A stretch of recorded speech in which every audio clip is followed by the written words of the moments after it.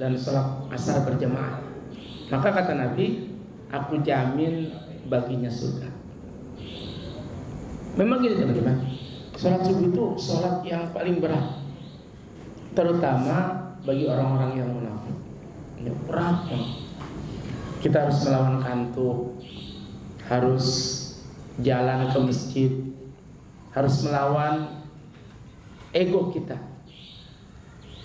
Makanya teman-teman disunahkan kalau sholat subuh itu qomatnya agak lamaan, biar memberi kesempatan kepada orang-orang yang baru bangun agar dapat sholat subuh berjamaah. Jadi setelah adzan waktunya agak lama ke qomat, kemudian imam boleh baca surat yang agak panjangan sedikit, memberi kesempatan kepada orang-orang yang baru selesai MCK-nya atau baru bangun tidurnya punya kesempatan ikut sholat subuh berjamaah. Jadi kalau kita bisa sholat subuh berjamaah secara on time dan itu terus menerus sampai kita bertemu dengan Allah Subhanahu Wa Taala, kata Nabi begitu. Barang siapa yang bisa menjaga sholat bardain, maka aku jamin baginya surga. Orang yang sholat subuh berjamaah itu dalam jaminan Allah, diisimatillah. Maka jangan sampai Allah menanyakan tentang jaminannya kepada kita. Nah ini teman-teman, sarana seperti ini, mabit seperti ini sebagai pelatihan buat diri kita, ngelatih. Oh iya, saya dulu mabit bisa kok tidur jam 11 bangun jam 3. Bisa teman-teman? Bisa nggak? Bisa. Orang jam 12 bisa belum pada tidur, jam setengah 3 udah pada kelabakan, disitulah jalan. Ya. Berarti bisa, betul. Apa yang membuat kita nggak bisa? Kemauan kita, niat kita, azam kita kurang kuat. Kita kan kalau di rumah manja banget, tidur jam 11 pagi, tidur jam 11 pagi, subuh ke siang tidurnya malam, gitu. Alasannya ada aja. Padahal harus kita latih. Jam berapapun kita tidur, harus kita bisa bangun. Kalau bisa sebelum sholat subuh. Minimal dapat sholat subuh berjamaah, minimal ya. Nih nanti bagi yang udah punya istri atau punya suami, saling ngingetin. Sekarang ada HP ini, ada alarm. Ya, jam 4 udah berisik tuh HP. Ya, bener ya. Bangun tidur yang pertama dilakukan apa? Apa Bang Yusuf? Baca doa. Bangun tidur pertama dulu melek dulu. Melek. Melek dulu gitu. Aku cek. Alhamdulillahilladzi ahyana ba'da ma amatana wa ilaihi nusyur. Ini nanti harus ada bekas nih ya, harus ada bekas nih. Nih para ibu dan para bapak nih, teman-teman sekalian, harus ada atarnya, harus ada bekasnya. Jadi setelah ini kita besok pulang ke rumah, besok begitu lagi. Jadi sholat malamnya jangan cuma di mabit doang.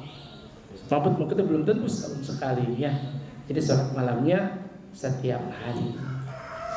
Kalau kesiangan sedikit, minimal sholat subuhnya enggak ketinggalan.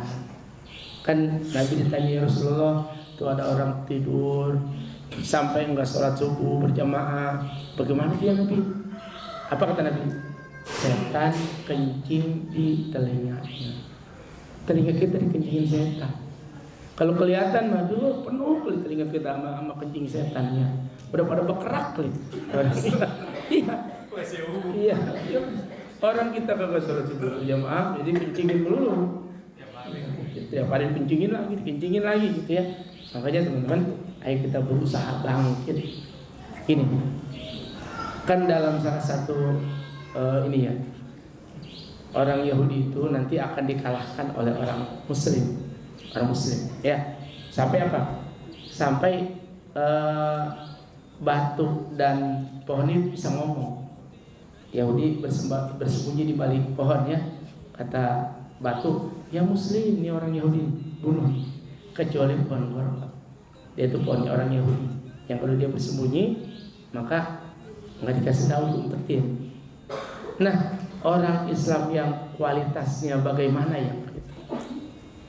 yang sudah sholat subuhnya sebagaimana sholat Jumat. Ya, sholat Jumat banyak Pak. Apalagi sholat hari raya. Ya, sholat hari raya itu pakai baju baru rata-rata. Kalau ini masjid ada lapangan penuh lapangan. Sholat subuh 2 ekor. 2 ekor. Iya, perbandingan itu. Ya, mana nanti kalau kita sholat subuhnya sudah sebagaimana sholat Jumat atau sholat hari raya, itu baru bisa menggetarkan orang-orang Yahudi. Di Palestina sudah begitu teman-teman. Ya, sholat subuhnya sudah jadi satu habit, sudah jadi satu kebiasaan. Tinggal kita. Makanya ada teman-teman yang peduli dengan sholat subuh, ada nama kelompoknya pejuang subuh, gitu. Pejuang subuh. Allahu Akbar. Allahu Akbar. Kita pejuang apa kan ini? Iya. Iya. Jadi ada pejuang subuh. Jadi terus subuh itu dihidupkan. Karena memang berat, harus saling tolong menolong teman-teman. Iya, harus saling tolong menolong. Tolong menolongnya bagi yang sudah boleh ya. Jangan yang masih bujangan tolong menolong sama yang ahwat, "Woi bangun dulu." Gitu. Jangan begitu mah. Ya, yang ahwat bang udah bangun belum? Belum halal nanti ya. Kalau udah halal baru boleh. Ya, udah halal. Saling bangunin itu biar apa? Ta'awanu 'alal birri wat taqwa. Saling tolong menolong dalam kebaikan dan takwa. Gitu teman-teman ya.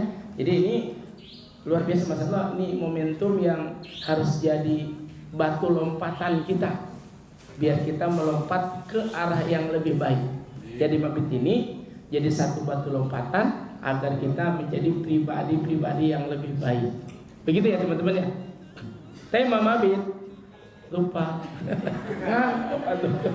Apa ya? Surga. Surga ya. Iya, ada surga aja. Udah mulai ngantuk, ya. Tapi nggak apa-apa teman-teman.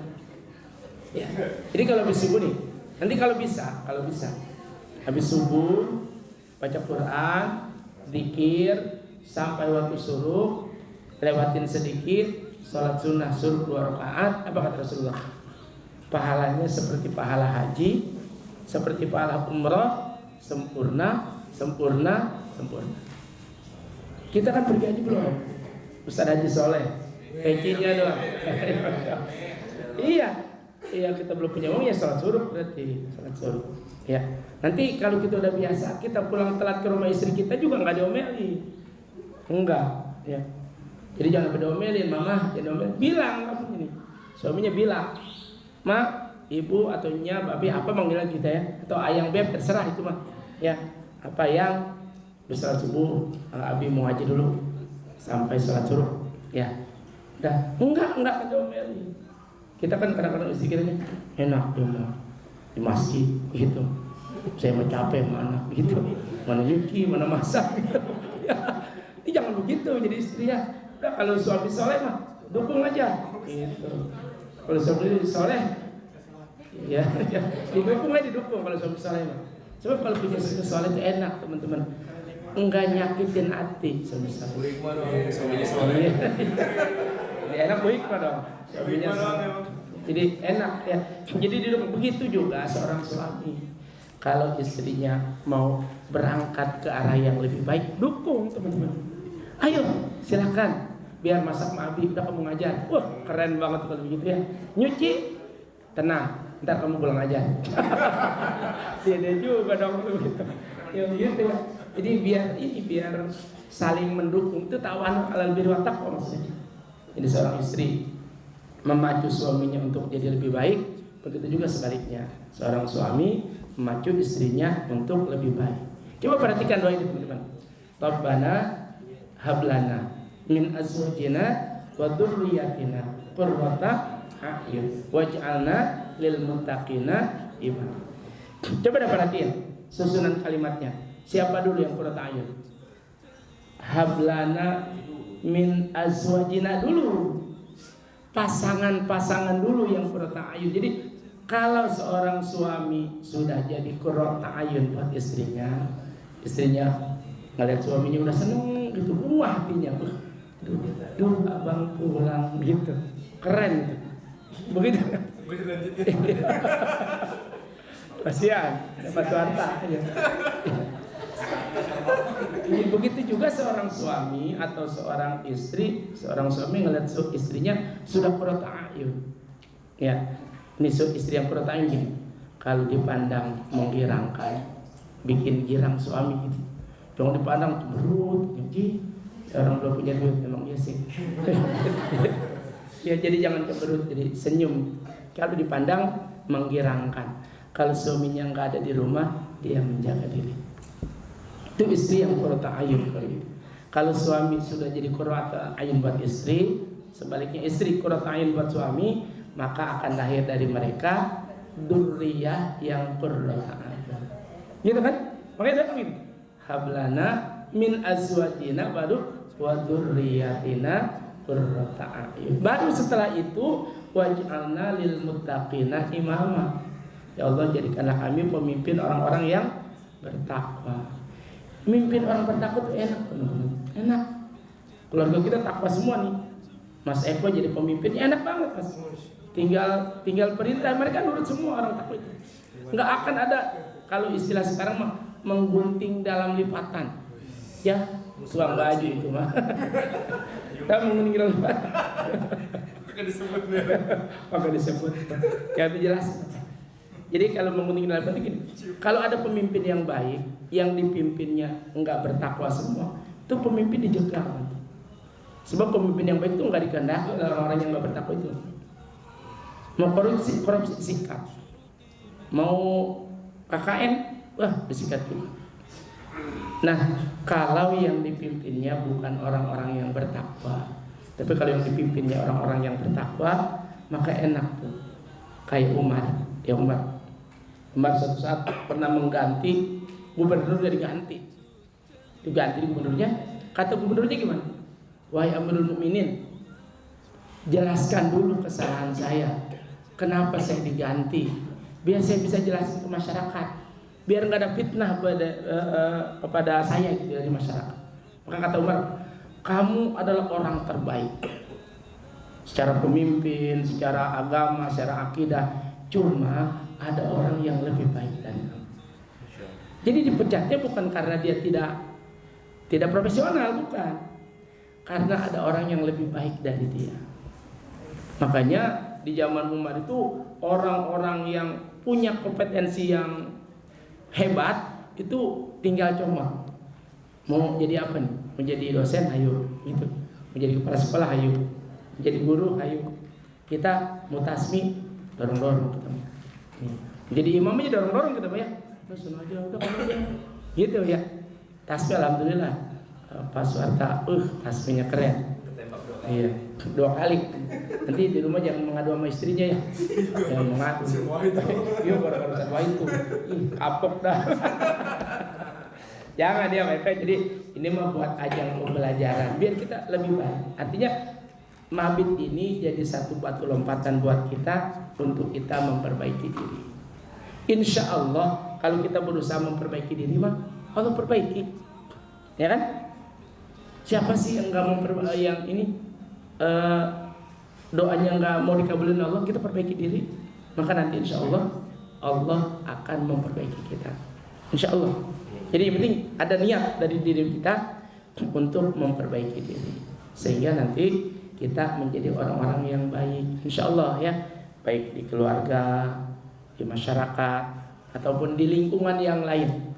Kalau orang-orang ini penuh dengan orang-orang baik, maka milih pemimpinnya pemimpin yang baik, ya kan?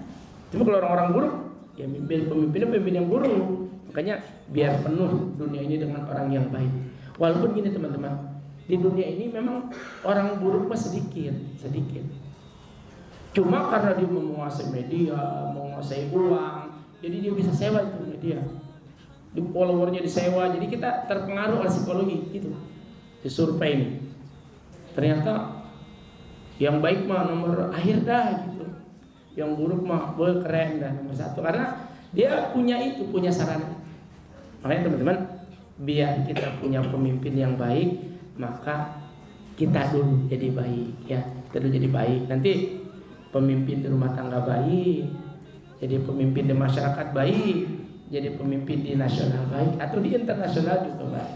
Gitu ya. Ini artinya tadi Rabbana hablana min azwajina wa dzurriyyatina qurrata a'yun waj'alna lil muttaqina imama.